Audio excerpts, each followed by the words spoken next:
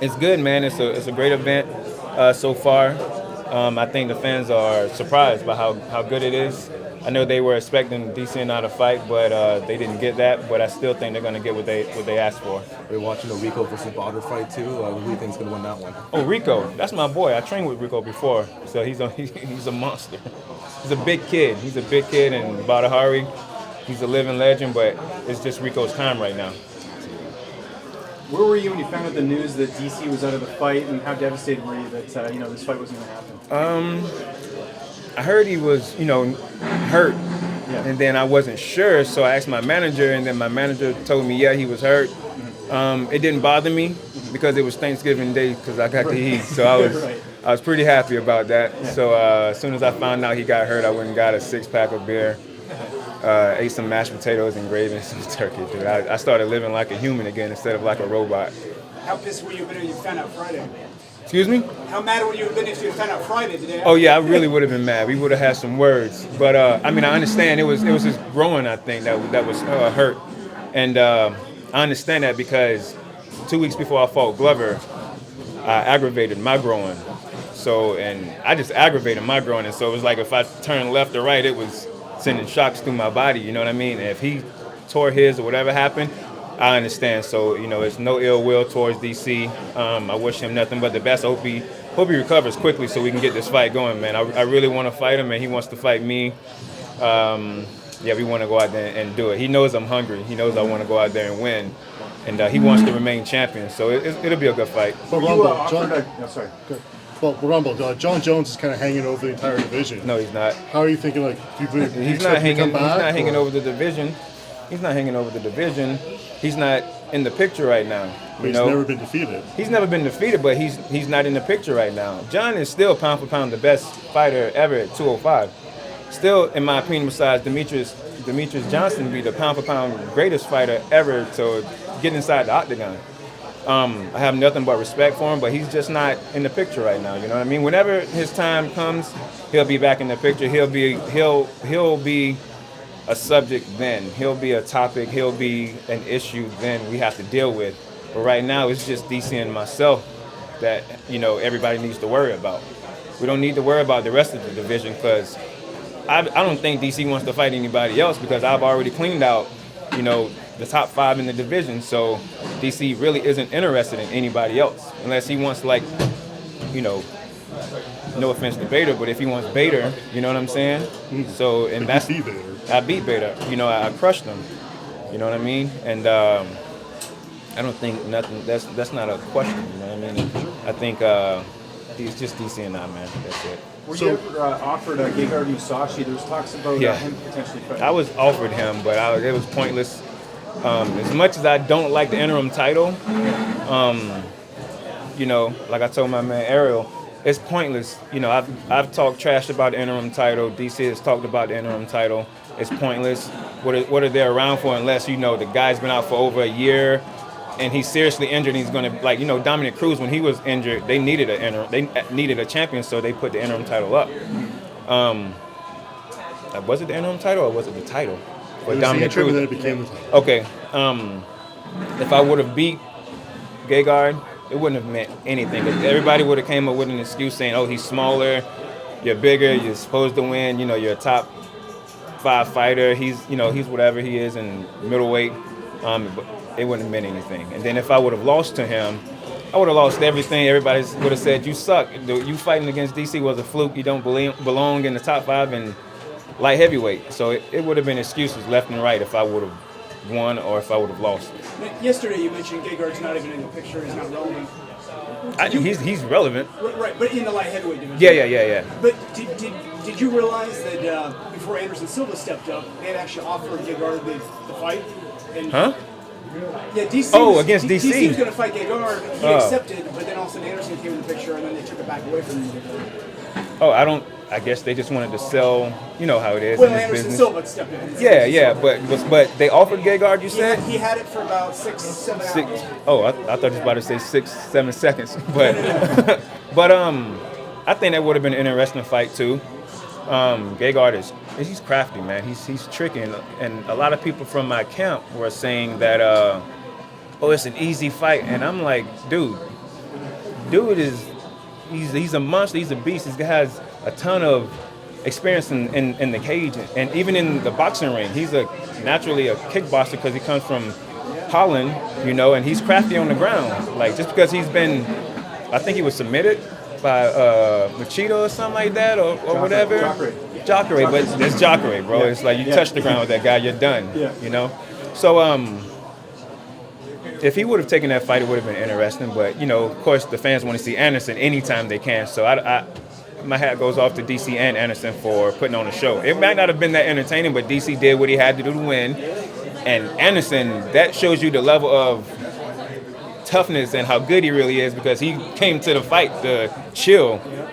Hadn't been training, from what the word is. He hadn't been training, didn't do anything, came with just some regular clothes to go out and party in, and all of a sudden he's walking around saying, hey, you got a cup, you got a mouthpiece, you got some gloves, something, you know what I mean? So I love Anderson for that, When you did the 206 media tour, it was your first time in Toronto. Now that you've actually been able, to come here, have you been able to see the city at all? What are your thoughts? It was dope. It was dope. Sorry, that's my family over there. I'm telling my cousin to come here. I want him to take some pictures. It's his first time out of the country. But you good. You ain't got to get on the camera. No. Come here. I want you to just record it. I just want you to record it, man. Record it. Record this. Live in the moment, man. Yeah, all right. Sorry, that's my cousin. It's okay. Yeah. Family first, right? Yeah, right. And how's Toronto treating you? Great. We came the first time. Toronto showed me so much love. They showed DC love too, but I don't think DC had the love that I had, man. And the guys and the ladies and the kids and the parents, whatever you want to say, that everybody was amazing. So when the fight got canceled, I felt bad. You know what I mean? And I wanted to give back to the fans, because before the fight, I was getting so much love on Twitter, Instagram, Facebook, and then once the fight got canceled, I got 10 times the amount of love and attention from the fans and stuff like that. So I felt bad. I just wanted to come back and give you guys something. I wanted to show face and say what's up, shake some hands, give some babies, a hug and a kiss. You know what I mean? And so far, it's been great. But how cool is it that you can take your cousin out of the country for the first time, and he's seeing you getting cheered, and people come up to the question and ask for your autograph or picture? It's so crazy. I got one of my best friends, Terrence, from high school here. We played football together. He don't know how to act. He's so happy that he's here. He's never been to a fight. My cousin Sean, my mom and his mom are sisters.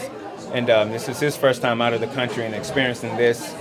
And my boy Travis, Terrence's brother, he's never been to an event like this either. They've never seen me like this, you know what I mean? All of us are country boys from the backwoods, you know what I mean? We're just country guys that are just living in the moment right now. And I didn't even know they were coming. And they showed up, what they told me like 2 days before, and then they showed up. I didn't think they was going to show up, but they did. And I'm glad they showed up. So far, we all have been laughing and having fun, man. This whole experience right now, I'm a fan right now. I'm not even a fighter. I'm a fan. I'm enjoying this with my boys. I'm enjoying this moment with you guys, and I'm just cherishing the moment, man. Now, That's it. I know you used to be a big WWE fan. I did? How many suplexes have Terrence taken for you? None. That man, he don't want it. He don't want it. He don't want it. See, you about to get him talking. Let's not do that. But now, Terrence was a basketball player. He was honestly a phenomenal football player. He might have been small, but he was like Darren Sproles. You know how fast and athletic Darren Sproles is? He's like that. And he was a phenomenal basketball and football player. He was to the point where whenever we played football, everybody that was like supposed to be like the top dog on the team was injured. I think we were sophomores, freshmen and sophomores. He was see how you see him talking, man? And he was running back kickoff returns like it was nothing. You know what I mean? Everybody, I thought I was good, but this guy was like killing the competition as a freshman. And he was definitely all-state player, man. He was amazing. So right now I'm having the most fun I've ever had at an event, besides with my brothers from California and my other brother in Virginia, sorry. And right now, man, I'm just blessed and happy, honestly. Rumble, 2 quick questions for you. Do you have a deadline as to when or how long you'll wait for DC? Because forever. Even if he can't fight till September, you're still I'll wait, man. I'll wait. I want to fight him. I've been training my butt off to fight DC. You know what I mean? Nobody deserves it more than me. Nobody has worked hard as I have to get in the position that I'm in again. And Yeah, everybody else got to get to the back of the line and wait behind me. So you will Even wait if for I as die, long- I'm coming back. Everybody's got to wait. Even if it's a year. You're Even not if gonna it's a quit. year, man. You know what? I was out of the UFC for 2 years. Yeah, but you were And still I making waited money. to get in this position right now to talk to you again. So yeah, man, I'll wait. I just want to fight DC again and have fun and live in the moment, bro. You know what I mean? And then yesterday we got a glimpse of what it's like being a professional fighter, especially these days on social media, where when you have a fan come up and sort of question Yeah. why you're not taking a fight, just fight anyone anytime. Deep down, you said the right thing, but deep down, does that not piss you off? And I'm sure you see that on Twitter all the time, people trying to... How do you react to that? How do you deal with that? It pisses you off because nobody knows the situation or the position I'm in. Nobody knows how hard I worked unless you're in the gym with me, unless you're around me every day. For a guy to say something that stupid, I don't know. Maybe, like I said, say no to drugs.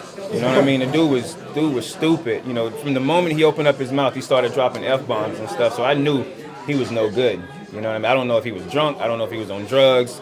I don't know if he was just feeling himself. You know what I mean? Little man syndrome or whatever. Something was going on with him. But like I told some of my people in the back, I said, there's always that one guy or one person that will say something stupid for the Q&A, and they saw it firsthand for the first time. You ever. get that a lot on Facebook and Twitter too. People are trying to call you out and question you as a fighter, right? Yeah. Have you gone better with that? I used to have a loud mouth, you know what I mean, Yeah. and talk trash right back. I still do sometimes, you know what I mean? But for the most part, it's all fun and games to me.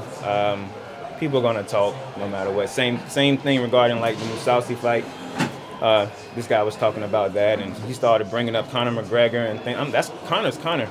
I'm not making $13 million a fight. You know what I mean? I'm not saying I'm breaking up pennies or anything like that, but this is my body. This is my career.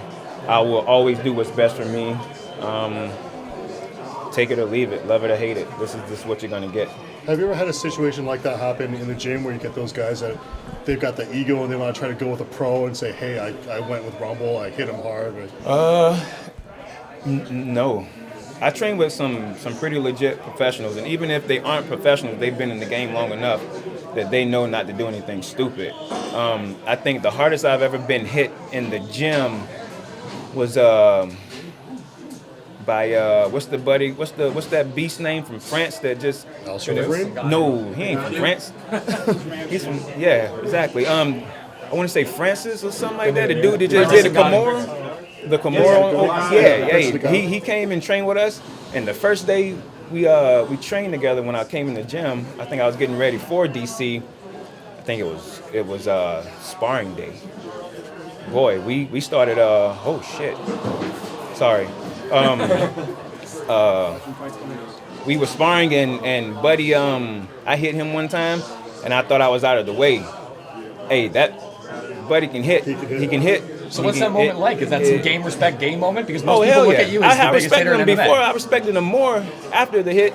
He hit me, and he hit me square in my nose. And I'm glad he didn't break, because he really did hit me hard. And that's when I was like, okay, if this guy's hitting me hard and I'm saying, wow, then everybody else in the heavyweight division they have 4-ounce gloves on and they're getting hit with those, and he's cracking people. You know what I mean? It might not be the best technique, but it's so much power and so much speed behind him. If he like I said, he came and trained with us for like a week or two. So to me, I consider him a teammate already. You know what I mean? Because he was so respectful and he trained hard. He didn't say anything. He just trained. And, I wish him nothing but the best too. That kid has a bright future. I want to see him and Derek Lewis fight. I think that would just be insane. You know what I mean? Because it's two dudes, no technique, just throwing bombs, no takedowns coming along, a couple of kicks there, here and there, and some slobber going here and there, but it'd be a great fight. I'm playing matchmaker right now, so if Joe Silva, Mick want to hire me, I'm available. You've been talking about the team and stuff. Can you talk about Black House? Black House. The gym. How's the gym doing? I don't know. I'm with Black Zillions. I'm sorry, what am I saying? Black Zillions. Yeah. Black House is a good gym, though. It's a good team, yeah. No, Black Zillions. Black Zillions, we're, man, it's confusing because I don't want to tell you guys a lie, you know what I mean? We're all over the place right now. But for the most part, the core guys are sticking together. We're still training hard. I can't tell you anything about a specific individual or anything like that, but we're still around. People might not believe that we're around, but we're around. You know, my teammate is Kamaru Usman. He's still a black zillion. Rashad is still a black zillion. Michael, you know, we still got those top elite guys that are sticking together. And whatever you guys are seeing in the media and the word on the streets, some of it could be true, some of it could be lie, but somewhere in the middle is the truth. You know what I mean? I will say that, and I'll never not be a black zillion for sure. Right. Well, we're hearing from some sources close to Florida that the gym Close to Florida, or actually in the black zillion camp. The black zillions that Black zillions are saying it? You can say yes or no question. You're gonna let me know. I'm not gonna call them out. Someone in Florida who works with you guys is saying that the gym might be going bankrupt and it might be. I don't know about it. Hey, I got my own bills, bro. I don't pay attention to all of that. That stuff is up to Glenn and all of that. Glenn and I are close, but I don't get in his financial business and his personal business. You know what I mean? If it did, knowing you guys are a close team, if it did fold and the gym closes, would you guys can you envision yourself opening your own gym? I won't open up a gym, but we have other options for sure. We have other options. We have other guys that are affiliates and close to us and friends that have gyms. So we'll do our thing. We'll do our thing. So waiting for Cormier actually could be a good thing if you need to rearrange. Yeah. Either way, I'm fine. Even if the team just completely exploded and got destroyed and was never around, I'm fine. I'm fine. I have my guys. I have my trainers. I have my training partners. I have the money to keep going. You know what I mean? So I'm good. So Rumble, Last question. Okay. So Rumble, you fought 4 different weight classes. You've been in the UFC, you've been out of the UFC. 4? Welterweight, middleweight. You're heavyweight. right. If you get that light heavyweight belt, would that be the culmination of the dream for you? Is that yeah. You know, everybody's dream is to be a champion in every weight class. Even if you suck, you want to be a champion. So yeah, I definitely want to be the champion. It'll be a dream of mine. You know, I've been working very hard. You guys have seen me at my lowest.